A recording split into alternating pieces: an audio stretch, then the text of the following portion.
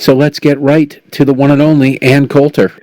All right, as we've been doing, we're checking in with people around the country and around the world. Talked to a guy, American, who lives in China right now during this pandemic. I thought, let's check in with Ann Coulter because, well, she's always interesting, and she has a couple of things to say, as you might suspect if you follow her on Twitter. So joining us now is the one and only Ann Coulter. Ann, how are you doing? Fine, thanks. How are you, Derek Hunter? I'm doing well. I'm thankful every day that my kids are 3 and 1.5, so they aren't aware of the passage of time, because otherwise they'd be driving me absolutely nuts. Oh, you're right. That is a good age for a pandemic. It is. Oh, here's a new toy. Here's a toy you haven't seen in a while. I think it's a new toy. They're gone for the next 2 days, so it's all good. I just got to get them to pick up drinking and smoking, and I'll never see them. First of all, how are you surviving the pandemic? How is that going for you? Well, it's great. I mean, this is my normal life, other than the fact that the day before the shutdown went into effect, I was about to go off on a 6-week speaking tour. So that really sucks. I love speaking on college campuses. You know, I spoke at Berkeley last year. In 2000, Antifa came out to stop me. But from my own devices and security squad. I spoke. It was fabulous, and that's why, you don't hear anything about that one. But yeah, 2,000 of them and masked lunatics trying to prevent me from speaking. And it reminded me, how great the college speeches are. It was really great once I got into the room. Duly protected with my own security force. So I had all these college speeches. I was debating Barbara Boxer out in California. I was, going skiing and speaking to a group out in Utah. So I was really depressed that got shut down. But other than that, it's pretty much my normal life. I'm always in quarantine.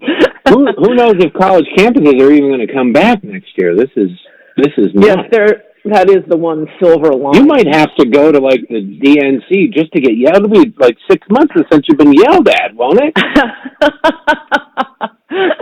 Yes, good point. You got to be going through withdrawals. Going to the grocery store. Hey, somebody call me a Nazi, please. It's been too long. I need to remember what it's like. Lord. I wanted to check in with you on a lot of things, but we can't ignore the big thing first, and that is your endorsement of Tommy. Your endorsement of Tommy Tuberville. I just want to say, in the interest of full disclosure, I actually have money on Jeff Sessions winning the special election on Predict It. And I was doing well until the president started tweeting about how he hates Jeff Sessions. Well, that's why you should be happy I've stepped into this. No one's pointed out, I almost didn't send it, that the initial volley of tweets went out at 5:30 in the morning because I was trying to enjoy my pandemic and going to dinner parties, having dinner parties, going out. And then at 4:30 in the morning Saturday night, well, technically Sunday morning, I went on Twitter for the first time in a while, and I saw this jackass tweet by our jackass president, being a big baby, blaming Jeff Sessions for the Russian investigation once again, something that was entirely 100% his fault. Apart from the Democrats and liberals who launched it, but right. They set the trap. They set the trap, but it was right there on concrete. He walked into it. Right, and also being a ridiculous egomaniacal baby, but we'll get back to that. And I almost didn't send out the tweet denouncing him, or a series of tweets, because I thought, nobody's online at 4:30. In the morning, but then I just couldn't resist, so I started sending them out. There are a few spelling errors here and there, but I think that's why God created editors. It gives you the cinema veritas. You can feel my rage. I'm typing too fast to check the spelling. As people who pay attention to things and aren't Brad Parscale, sock puppets on Twitter, there was this big kabuki theater over firing James Comey, which interestingly, one of the suggestions Attorney General Jeff Sessions, great patriot and gentleman, had made to the president as soon as our childish president took office was fire the FBI director right away, get a clean start with your own team. No, Trump blows him off. Months later, decides he wants to get rid of Comey. So then they go through this whole kabuki theater. I mean, it isn't totally kabuki on the part of Jeff Sessions because he had recommended firing Comey from the get-go. So they produced that letter signed by Rosenstein and Jeff Sessions, explaining why they were going to be firing. They were recommending the firing of the FBI director, James Comey. That goes out there, and it mostly had to do with his mishandling of the Hillary investigation, actually, from both sides' perspectives. But then idiot boy Trump goes on Lester Holt a few days later, and Trump is the easiest person to play I've ever seen. All you have to do is challenge his ego. I mean, he just did it with the COVID thing. But you could say to him, he's part of a gang that robs a 7-Eleven and kills the clerk. This is how you get him to confess. No, I know you didn't have anything to do with it. You were just like the getaway car driver, right? You're not a big part. No. I'm the one who shot the clerk. That's Trump. That is our president. So that's basically what happened. He goes on Lester Holt, and he has to be the big man. No, it was my decision. It was my decision to fire the FBI director. This Russia thing, it was just getting out of control. I mean, he rambles and says lots of stuff, but he clearly said that he fired the FBI director because of the Russia investigation. That was one of many reasons, admittedly, that he gave. But that was the reason, and bam, the media went hysterical. That's what got him the special prosecutor, because he couldn't help bragging that he was the one who made the decision. No, it was my decision. He did the same thing with COVID. He gets this monkey off his back. Who's going to be the one to decide to reopen? The media was out there. This is like a month ago. I thought, this is fantastic. The media is saying that it's up to the governors. It's up to the governors. You have nothing to do with this. And he comes forward and says, it's my decision, which he then immediately has to back away from. I mean, he does this all the time. So it was 100% his fault. It doesn't matter that it was a phony investigation. We all knew it was a phony investigation from the beginning. It was about the campaign, contrary to rumor. Jeff Sessions didn't recuse himself from anything having to do with Russia. He recused himself from anything having to do with the campaign, as is required by law. If the investigation had been a phony story about, who knows, Trump's business dealings, you couldn't have Michael Cohen as Attorney General, or at least overseeing that investigation of Trump's business. Jeff Sessions was on the campaign. He could not be the Attorney General overseeing an investigation into that campaign that he was a part of. This is like basic black letter ethics law, and these morons on a certain allegedly conservative network that will parrot anything Trump says. Oh no, he didn't have to recuse himself. Also, we have all these genius lawyers on Twitter. Oh, he didn't have to recuse. He had to recuse himself. In any event, who was it that recommended Trump fire Comey right away? Oh yeah, that was Jeff Sessions. Months later, who told Trump it would be a home run to fire Comey? Democrats are gonna love this. Probably worried about saving his own skin. Yes, that would be Jared Kushner. And who at the FBI oversaw this investigation? Christopher Wray. Who appointed Christopher Wray? Donald Trump. Who appointed Rod Rosenstein, who technically appointed the special counsel? Donald Trump. Who told Trump to fire Comey 3 months, 6 months, whatever it was in? Jared Kushner, and again, hired by Donald Trump. So Trump turns around and attacks the one member of his administration who has done anything on immigration. Anything. I just tweeted today because I know the Supreme Court decision is coming out soon. After Trump promised over and over and over again that his first day in office, he would sign an executive order countermanding Obama's unconstitutional executive order on dreamers, which Obama himself said was unconstitutional. That's working its way through the courts I was now, going to say. Liberal courts have said somehow you can't overturn an executive order with an executive order, which is new, I think, to constitutional law. But that's kind of what they've been saying. Well, I believe we'll be getting a decision on that soon, which reminded me, something else done by Jeff Sessions. The big baby in the White House, of course, lied to his voters, did nothing on Dreamers, nothing on DACA. Oh, no, I take that back. He started giving speeches and telling the press, I love the Dreamers. You know, I love kids. I love kids so much, and I have grandkids, and they don't have anything to worry about. We want to keep them here. It wasn't their fault. I mean, he sounded worse than Jeb !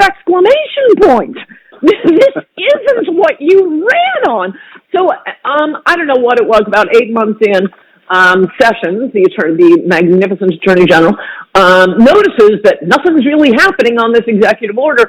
So he reaches out, he drafts the rules, he pushes through new rules for Homeland, overturning the unconstitutional executive order, and it is Sessions that gets rid of the Dreamers, which we believe will be upheld by the Supreme Court sometime in the next few weeks. Sessions, not Trump. And now he's attacking poor Sessions. Sorry, go ahead.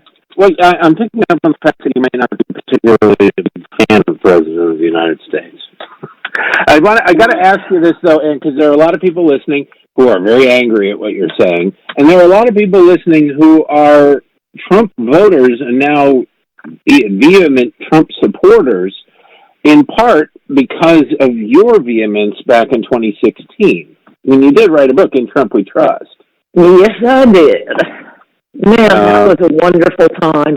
What a wonderful time to be alive. Yeah, the stuff Trump said was really great on the campaign trail, but it turns out being smarter than the average politician isn't that much of a recommendation. I mean, we knew what Trump's flaws were, but I, as I wrote in Trump We Trust itself, his very vulgarity made it seem more plausible that he would keep his promises. Americans have been voting for a lot of the things that Trump ran on. How about American jobs? Weirdly enough, American voters want more American jobs, fewer foreigners taking American jobs or outsourcing American jobs. That's been big. Obviously, immigration, huge. Every time an immigration issue, whether it's English only or welfare benefits for illegals or building a wall, whenever that has been put to the voters, it has won overwhelmingly. But meanwhile, back in Washington, you have the Chamber of Commerce and the Cato Institute and everybody working for the donors. I just look forward to the day that we have a country. I don't look forward to it in most ways, but, like with COVID, you have to take the silver linings where you get them. When we have a country that's being run by, the Black Lives Matter, transgender, identity politics Democrats, and see how well the corporations do then, what kind of regulations do you think you're going to get under President AOC? Because that's the country you're engineering with your cheap labor. In any event, that's what made Trump believable, that he wasn't the average politician, that he was an utter boor, that he seems not to care what refined people thought of him, which is why he kept saying things that would shock the NPR crowd, like, we're not a country if we don't have a border, obvious things that are 80-20 with the populace out there. He hasn't done any of them. I don't think he ever intended to do any of them, but to turn around and attack the one guy in his administration and the one who saved this country from amnesty so many times before when he was in the Senate, the great Jeff Sessions.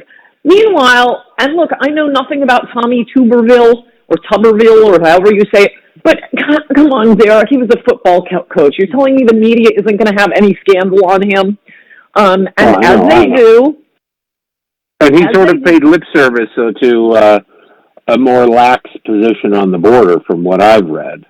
Oh, yeah. He's totally open borders. His campaign is being run by anti-Trump, open borders types, but really anti-Trump. This is what an idiot our president is. Really aggressively anti-Trump, but beyond that, I mean, his company was charged with a massive multi-million-dollar fraud. The co-owner of it was convicted and went to prison. Tuberville or Tuberville, how do you pronounce it? I believe it's Tuberville. Okay, Tuberville. He reached a settlement in the case. There are all these fraud cases circling him, plus a football coach. Plus, have you seen his stupid-ass ads? We're going to score a touchdown. Oh, for Pete's sake. I mean, you look across, who knows what's going to happen in the presidential election. Don't assume the incumbent is going to win as they usually do in this case. It is Trump.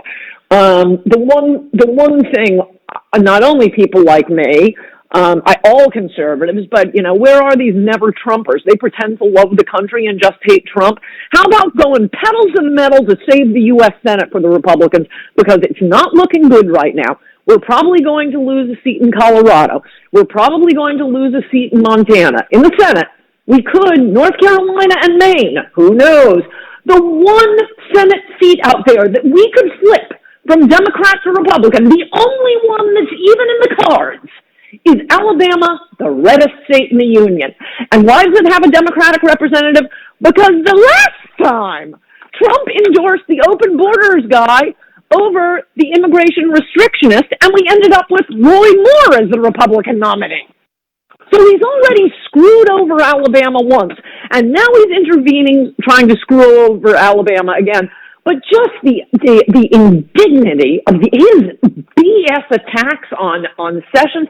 Did you see that he said a few days ago, which I only found out at 4:30 in the morning Saturday night, I didn't want to hire. I didn't even want to hire Sessions, but he came to me and he begged for the job. 4 times he begged. And Sessions, being a gentleman and a man, replied, I never begged for the job. I never even asked for the job. You offered it to me. I took it. What kind of woman goes out and attacks someone and accuses him of begging for the job? Moreover, this business about, he's such a man, the apprentice, you're fired. No, he's too much of a pussy to fire anybody. Why didn't he just fire Sessions? Sessions now says, maybe people knew this all along, I didn't remember it, that after the special counsel was appointed, he submitted his resignation to Trump because he had to recuse himself from anything having to do with the campaign. And again, legal warriors on Twitter had to recuse himself. But thanks for your legal expertise. So he said, maybe I shouldn't be Attorney General. Why didn't Trump then? He's president, which he doesn't seem to know. Why doesn't he move Sessions over to Homeland? Put a different Attorney General in. No, instead he spends the next 4 years taunting Sessions on Twitter. That's where I had a problem with it. Tell him to resign. You're the president. Fire him. There are a lot of things that, I like a lot of the things that the president has done. I have a lot of problems with some of the other things the president has done. And one of the biggest things I have a problem with, Ann, is how the president doesn't see, he says things and doesn't do them. He announces he's considering things instead of just doing them. And he also doesn't seem, if you just read his Twitter feed, you wouldn't think he fully understands the powers of the presidency. And somebody should really look into this, or somebody should get rid of, and you're the president. You can do that, but that's mostly for show. He's throwing red meat out there, which is in its own way annoying. But when you spend your time attacking your own appointees, that doesn't reflect well upon the person who hired them. And President Trump has been blessed by who his political opponents are. Running against Hillary Clinton, my God, I could have beaten Hillary Clinton. My cats could have beaten Hillary Clinton. Running against Joe Biden, again, Joe Biden said the other day he's going to beat Joe Biden, which I believe is possible. And there's also a possibility that he picks himself to be his own vice presidential nominee, not knowing what's going on. So there is a possibility that the president wins again. doesn't the president, in order to increase his chances of winning again, have to start stepping up and doing some of the things that he, as president, can do, that he promised to do, particularly on immigration? We were expecting executive orders on birthright citizenship, things like that, haven't happened. The things that are completely within his control, that of course will be challenged in court, and the left will go apeshit over it, but that's beside the point. He can at least, there isn't going to be an avalanche until a rock starts moving, the ball starts moving, and he's the one who can start the ball moving. Right. No, this idea that you don't do anything because, a district court will say no. Okay, that doesn't mean you don't do something. And in point of fact, as you indicate, every one of his immigration decisions denounced from on high as, it's so obviously unconstitutional. The Muslim ban, the building of the wall, everything he's done on immigration. Something he didn't do, but the great Chris Kobach did. Remember the Papers, Please law? All of these eventually work their way up to the Supreme Court, and they're always upheld. So, yeah, of course, you do it. And in the case of the president, I believe, they're one of my favorite words, co-equal, meaning equal, branches of government. Just a district court judge is one thousandth of one branch. The president is 100% of an equal branch. So he could just go ahead and start building the wall anyway. And, that's why I've been somewhat more restrained fashion holding Trump's feet to the fire for the past 3 years on his promises, because I figure one way or another, we may only have, at this point, 5 months left to get any of these promises fulfilled, because even if he wins re-election, he didn't care much about his promises when he was facing re-election. How much do you think he's going to care when he's not facing re-election? At that point, it's just going to be pedal to the metal promoting Ivanka and Jared's business interests. You helped, at least rhetorically, you formed candidate Donald Trump's positions on immigration with Adios America. And you had contact with the campaign, I imagine, back then. You certainly had contact with the president. He was a fan of yours. You were a fan of his. Now that you've had this rift, are you hearing from anybody close to the inner circle, even if you don't want to name names? Are you hearing from the campaign telling you, hey, Ann, we're coming, don't worry, it's coming? Or is anybody talking to you behind the scenes, or are they just saying mean things about you in public? I mostly hear from the optimistic talk radio hosts. No, it's coming. He's going to build it. Don't worry. No, from the Trump team, it's usually just like running into one of them at a party or something. It's always, stop being so mean to Jared.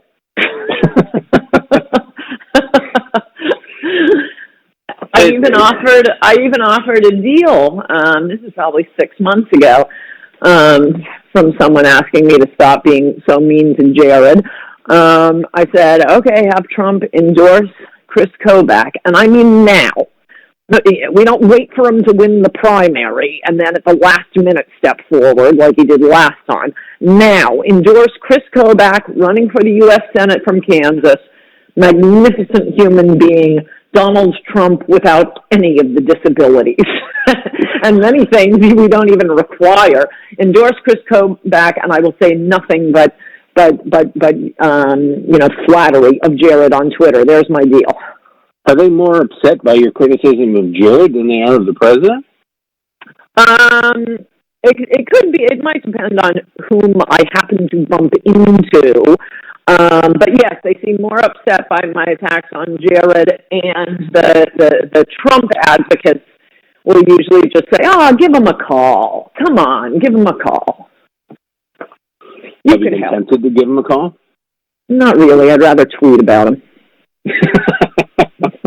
Now, the president is the president is the president. I mean, there's no other way to put it. And you called him a retard. You called him disloyal. One of the things that President Trump always said was, I'm a very loyal guy. I'm a very loyal guy.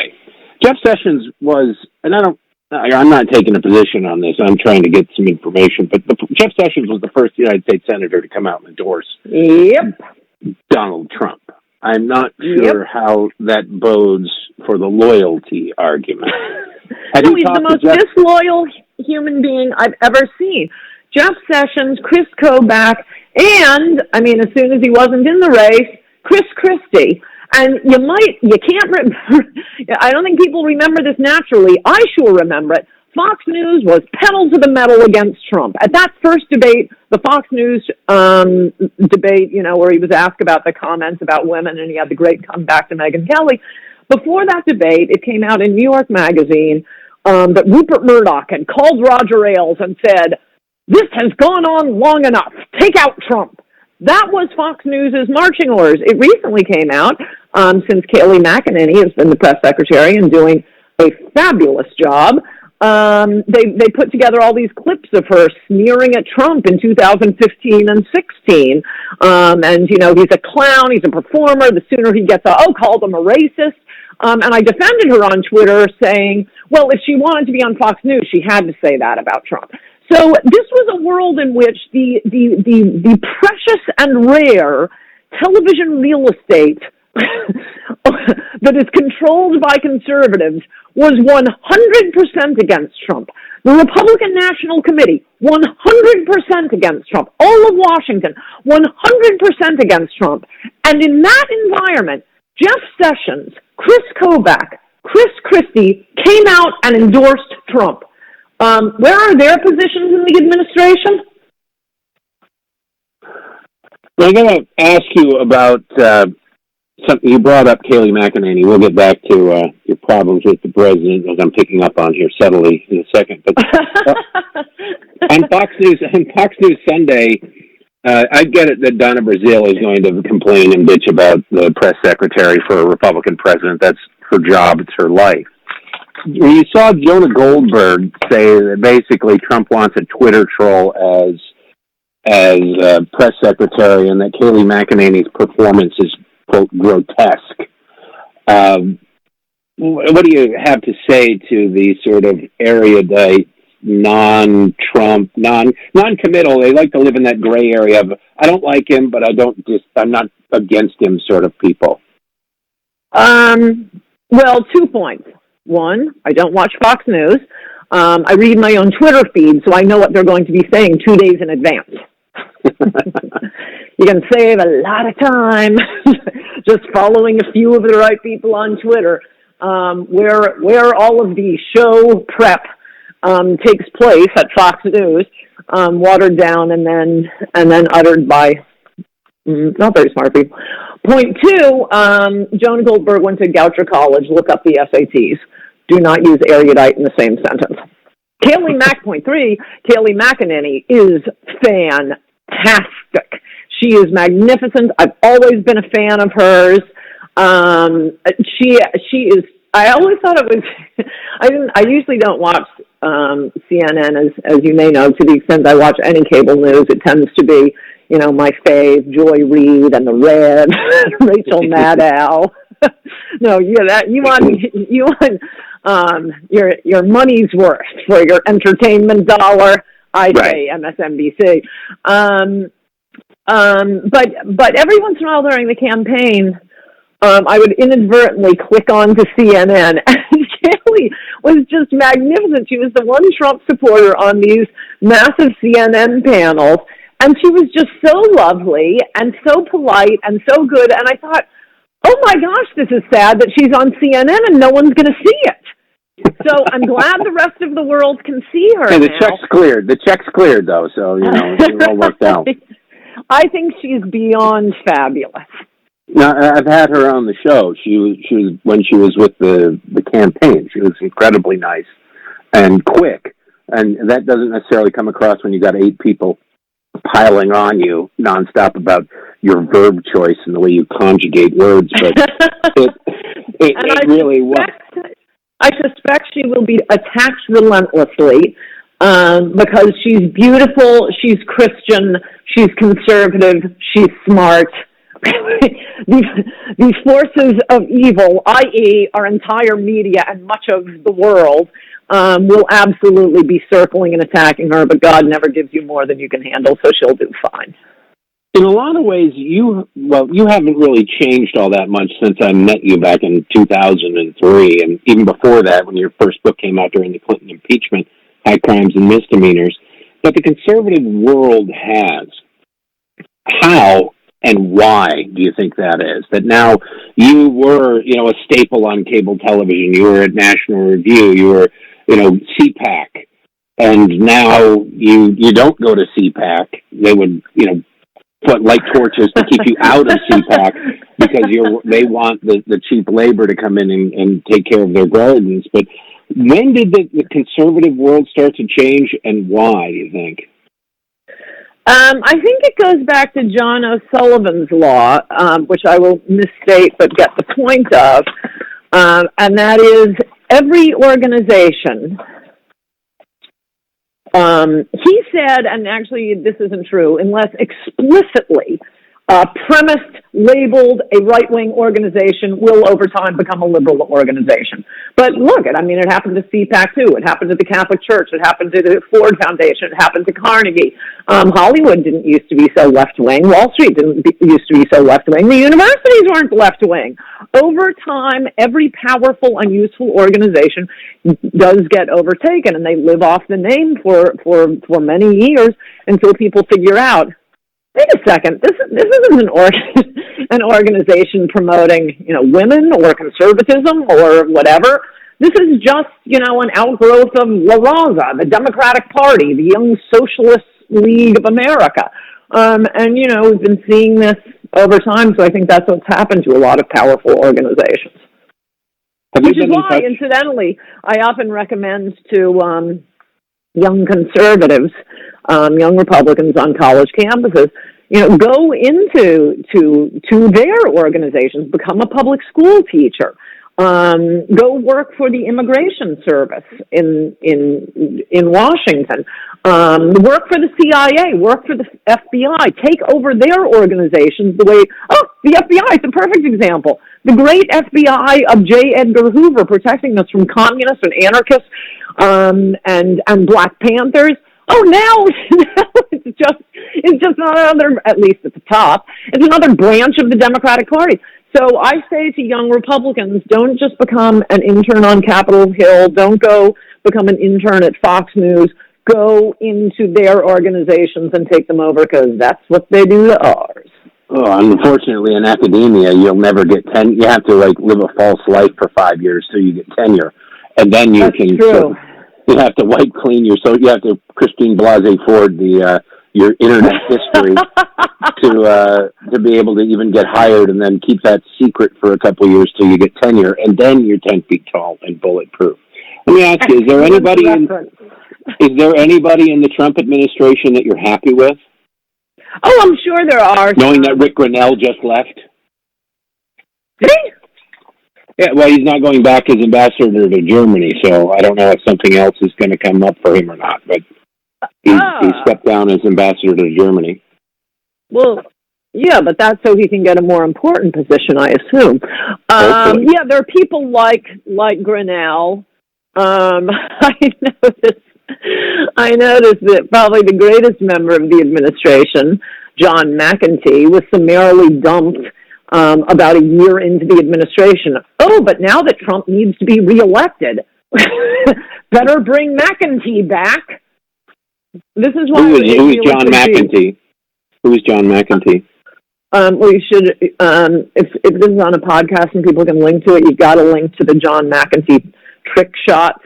He's a very talented athlete, very handsome. That isn't why I like him. I'm just mentioning some of his wonderful qualities. Very patriotic American, and he's like the male Hope Hicks. So he was Trump's body man, I guess they call them, and whispering sweet nothings in Trump's ear. And he's a total patriot and a great American and very smart.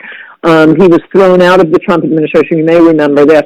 It was so outrageous because he comes from a wealthy family. He was making sports bets online. He was winning his sports bets. It's not like he was in debt or anything. He was actually making money off of it, and I think it was perfectly legal. But because he was doing this, there were headlines that went around. I don't know. It was like a year after Trump came in that Trump body man caught gambling. And so he was just frog marched out of the White House. That's how the loyal supporters get treated at the Trump White House. Have you been in touch, contacted by the Sessions people at all? Well, as a matter of fact, I have. As long as it doesn't involve travel, and actually I have family in Alabama.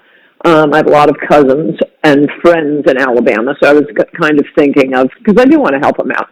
Mostly because I want you to win your bets, but secondarily because I want to save the nation. I mean, Sessions is just a magnificent man. Absolutely. Did you see that thing? What was that Schweitzer book? Anyway, I tweeted it. Throw them all out. I think it was Schweitzer. Major investigation into how people like Kelly Loeffler, but for years this has been going on. I mean, this recent stock business after the senators got their secret briefings on COVID. Mm-hmm. The sick thing about this is it's legal for them to do that. They've been doing it for years. I remember when Schweitzer's book came out, 60 Minutes did a big thing about, did a whole segment on that. Andrew Breitbart had a party here at the embassy. There were probably 20 of us there. And we thought, man, this is going to be a huge bombshell. It was. Congress acted quickly to make it illegal. And then 6 months later, when nobody was looking, they repealed it because they're scum. I was wondering how that happened. Thank you. I was wondering because I remembered something being done too. So why? Anyway, okay. Thank you for explaining that. Okay, so they look at every member of Congress. Who was the only one who wasn't on the take? Correct, Jeff Sessions. So, why is Jeff Sessions struggling in Alabama? He used to win. The Democrats wouldn't even put anybody up against him. He was so wildly popular. They just left it empty. And now he's, the polling isn't exactly going crazy out there, so we don't have many numbers, but it looks as though from the betting markets, which is a pretty good feel for these things, that it's a close race and Tuberville might actually be ahead. Is that the power of the president? Yes, and the jock sniffers at Fox News. I mean, I often say we shouldn't make fun of dumb Republicans because we deserve dumb voters too. Democrats shouldn't get all of them. But there are a lot of dumb Republicans, and if Trump says, tweets out that Jesus has betrayed him, they'll be pissed off at Jesus. There are people who will just repeat everything Trump says, even the crazy things. I mean, obviously, the issues Trump ran on, I care about, unlike the president, I might add. I'd write in Trump We Trust Again. What other choices did we have? The campaign was absolutely beautiful. In fact, one of the things we were talking about earlier, I was going to mention, we were talking about how, which is so obviously true, Trump doesn't seem to realize he's president. Hey, sir, did you know you're president? One of the things I praised him for in Trump We Trust was that every one of his major campaign promises, because people would say, oh, he's not going to do this, he's not going to do that. Every one of his major campaign promises was something that is 100% in control of the executive branch, i.e. the President of the United States. The only one that required Congress at all was repealing Obamacare. Which, what does he start with and what doesn't he get done? Repealing Obamacare. But building the wall, that's the job of the commander-in-chief. Making Mexico pay for it. He and he alone can direct Treasury to put a tax on remittances being sent from the United States back to Mexico. Based on the remittances just in the last few years, it would take less than 10 years to pay for a wall by taxing the remittances of money that's being sent from America by legal and mostly illegal aliens out of our country back to their grandmothers in Chiapas. So do you believe the president didn't believe the things he was saying in 2016, or do you think he's unaware that he has this ability? I think he is a very small and shallow man, and he saw what was working at the rallies, and whatever got him applause, he would say it. As I said at the beginning, he's, I think we need to test a little higher than smarter than the average politician. Because, what was his secret? He saw a $1,000 bill lying on the ground and picked it up. And nobody else would pick it up. Rubio wouldn't pick it up. Cruz wouldn't pick it up. Americans have been screaming from the rooftops that they want a total end, a total moratorium on immigration, certainly an end to illegal immigration. Until Trump came along, even the Democratic Party knew where the voters were and pretended to be for a wall and deporting illegals and so on and so forth, not giving them driver's licenses, not giving them college tuition, English-only requirements. Look back at the things Obama said, Hillary said, Claire McCaskill, Di-Fi. They're all on the record. Why? Because that's what the public wanted. But the Republican Party, led by the geniuses at the RNC, remember they did that autopsy after Romney lost, and their conclusion, the autopsy must have been funded with a little Chamber of Commerce money, more immigration. That's always their conclusion in Washington. So he just saw, this gets a good round of applause. I'll just keep saying it. But I don't think he really cares one way or another. And one fatal flaw, or a couple of them that I think, one major one, I guess, that I don't think we saw coming. We certainly weren't promised that Jared Kushner would be running the country. That wouldn't have gotten a huge round of applause back at the 2016 rallies. And don't worry, I'll be bringing half of Goldman Sachs to work in the White House. Yay! Was that one of the things I praised him for, and that I was just mentioning earlier, that he doesn't seem to care what elegant people think. I think that's a huge advantage. You do not want someone who is easily pressured by a New York Times editorial. That's what we loved about Ronald Reagan. That's what we loved about Jesse Helms. They were constantly being denounced in the New York Times. And if they read it at all, they'd chuckle about it. That is such a crucial quality in a Republican politician, because they, like Kayleigh McEnany, they are going to be coming under ferocious satanic attacks. We need someone who doesn't care, usually because they're Christians. It looks like Trump was like that, but I think, no, he's just a bore. He didn't realize he was being a bore because he gets into office and he's the most massively insecure person I've ever seen. I don't know if this is still going on, but for the first 2 years, every day he was calling Maggie Haberman at the New York Times. Why did he even go on Lester Holt to be interviewed? It's kind of cross-messaging where he's denouncing the media as fake news, but then all he wants is their approval. Oh, please like me, New York Times, please like. Where are the Daily Caller exclusive interviews? Where are the Breitbart exclusive interviews? All of the media, and why isn't he protecting Daily Caller and Breitbart and Milo and Gavin McInnes, who are being thrown off alternative media? They were getting more hits during the campaign than the New York Times was. But no, Trump gets into office and elevates all of the media that is his enemy and pushes down all of the media that helped get him elected. Do you think he wants to get reelected? Or do you think he's just going through it? Or do you think there's something he wants to do? Or does he want to be a two-term president because the alternative would be to have lost? He absolutely wants to get reelected 100%, doesn't want to be a big loser, which leads to I hate making predictions, but I will make a prediction. If it becomes clear that he's going to lose, which it may not, because in the era of Trump, you can't really believe polls. So how is he going to know? But if he thinks he's going to lose, he will totally screw over the Democratic Party and at the worst possible time announce, well, I've made America great again. I'm resigning. I'm not running again. meet your nominee, Mike Pence. It'll be like at the Republican convention. At the worst possible time, he will screw over the Republican Party so that he doesn't have to go down to a loss. But it may well be that it won't be clear.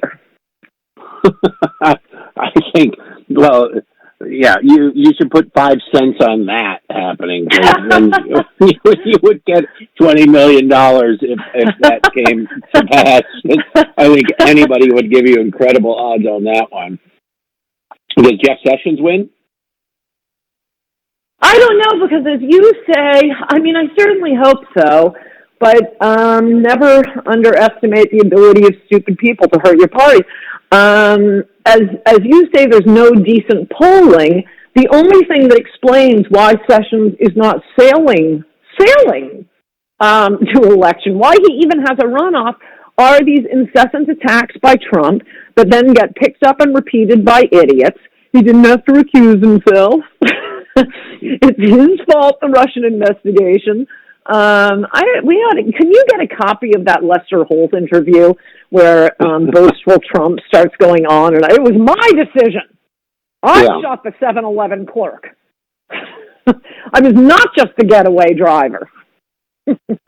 Are you, you don't watch Fox anymore. Are you asked to go on Fox and pass, or are you too against the agenda of the corporation, of News Corp?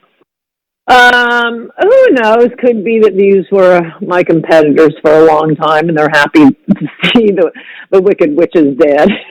But luckily no one under 50 watches TV.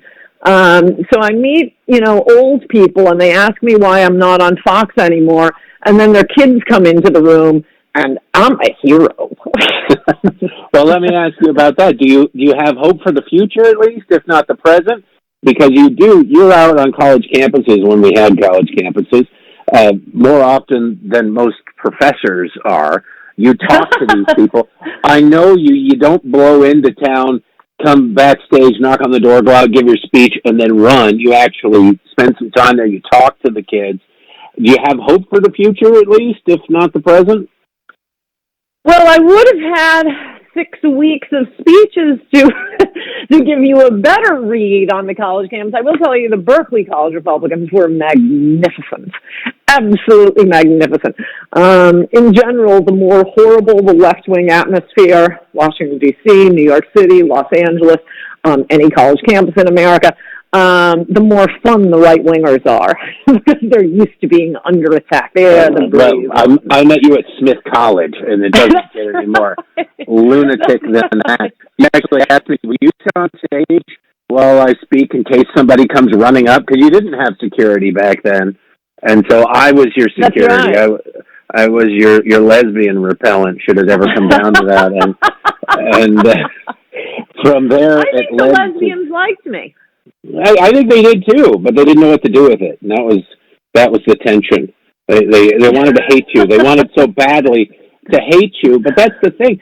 Everybody thinks. I tell you, I'm not going to name any other names, but people tell me, "Oh, so and so seems really nice," and they're on TV, and I said, "No, they're really not." When you get to know them, they're actually pretty terrible people. And well, what about Ann? She's so mean. I'm like, no, she's actually the nice one. It's the exact opposite. I don't know who's doing your PR, but they're either doing a great job if that's what you want, or they're doing a horrible job if you want to improve your image amongst the public. But I can vouch for the fact that you're an incredibly nice person and genuine, and I appreciate you spending the time with us. Anything else? You got about 22,000 people listening right now. What do you want to say to them? Tell all your friends we want to get that number up. Yes. Support Jeff Sessions. And support any Republican senator. I mean, think about the courts. We got to keep the Senate, Derek. I know. We got to keep it all. We had a chance before coronavirus, I thought, to take back the House. Weirdly, I think just the reverse. I was sure Trump was going to lose before the coronavirus came along. Now after his attack on Sessions, I'm back to even money on that one. But I was sure he was going to lose before coronavirus.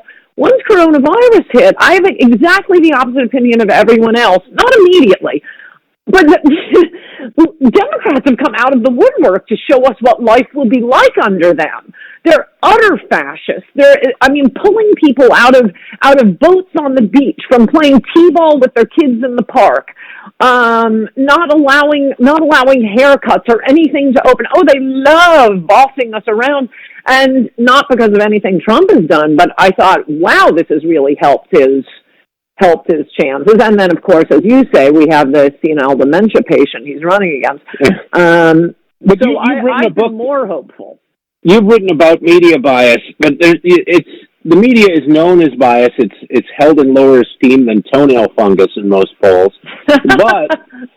But when you look at the popularity or approval ratings of the president from coronavirus versus Andrew Cuomo, who literally ordered 4,500 sick people into nursing homes, and he's in the 80s as far as approval ratings goes. That's a testament to the power of the media. That it's dying, yes, it's slowly dying, but they're still very powerful. Yes, I was just reflecting on that, and I don't know what to make of it. It does show, as you say, how powerful the media is, even as people know many people hate it. Tim Grosclose wrote a book. He's a professor. I guess he was at UCLA. Now he's at George Mason. I can't think of the name of it right now, but look up Tim Grosclose, where I think he's just an economist, but he did an evaluation of the effect of media bias. And he said it, and this is, 15 years ago, 10 years ago, he said for every election, the media alone, you can spot the Democrats about 8 points. And I think it's gotten worse. I assumed that was what was happening with the Cuomo versus red state governor polls. It could also be, that could be part of the media bias itself. I mean, I haven't looked specifically at the polls, but it's very easy to take a poll to get the result you want, depending on whom you poll. Because that 80% for Cuomo versus 57% for DeSantis. Yeah. DeSantis has Governor DeSantis of Florida has clearly done the best job of any governor in the country, with lots of old people, with cruise ships landing in Florida. Teeny, tiny death rate. People are safe, are happy. He's opening things up properly. He is a Harvard law man, very impressive. Doing a magnificent job. Why doesn't he have 100% approval rating? It also could be in the era of Trump, and I do still think this is true. Polls just mean less for some reason. People are more afraid of the media, and they're afraid to tell the media what they really think. Maybe, hopefully, because we're screwed. I know. Otherwise. And when's the new book coming out? You got time. What are you waiting for? Nothing. In theory, I do nothing at the moment. In fact, I talked to the guys at Breitbart about this at a book party a few months ago. It's hard to concentrate on any one subject for more than 24 hours in the era of Trump. Whether it's our side or their side, it's just, these wild passions swinging back and forth. It's not really time for a thoughtful book comparing the French Revolution to the American Revolution. Jonah Goldberg's probably already going to write that anyway and come down on the side of the French Revolution or something. Last question. You going to vote for Trump come November? Yes. I mean, the alternative is horrifying, but how I vote, I don't know. I might write in Jeff Sessions' name. There's one more attack on Sessions, and I might write in Sessions' name. But yes, obviously, I do not want the Democrats to win, but if they do, there will at least be a few silver linings, as I said, as there is with COVID. You got to look for the silver linings. And Coulter, a pleasure to talk to you as always, and hopefully you can stay as sane as you need to be while still in isolation and get back to those colleges. I can't wait to see you guys again. Yeah, no kidding. Be able to leave the house besides going to the grocery store would be nice. Bye. Good to talk to you, Derek. Say hello to Heather. Goodbye. Thank you to Ann. Thank you to you for listening to me and Ann. Oh, there's a lot of stuff in there. A lot of stuff in there is going to make I think there's something in there to make everybody mad. I don't know. Doesn't matter. You heard it. You listened, and I appreciate it. You can make up your own minds. We're all adults here, but I do really think that Jeff Sessions back in the Senate is exactly where Jeff Sessions should be and where we need Jeff Sessions to be. And I'm not just saying that because I bet on Jeff Sessions, although it helps. Anyway, that is all the time we have for today. We'll be back tomorrow with a regular episode, but when you get going with Ann, you enjoy yourself far too much to pay attention to the clock.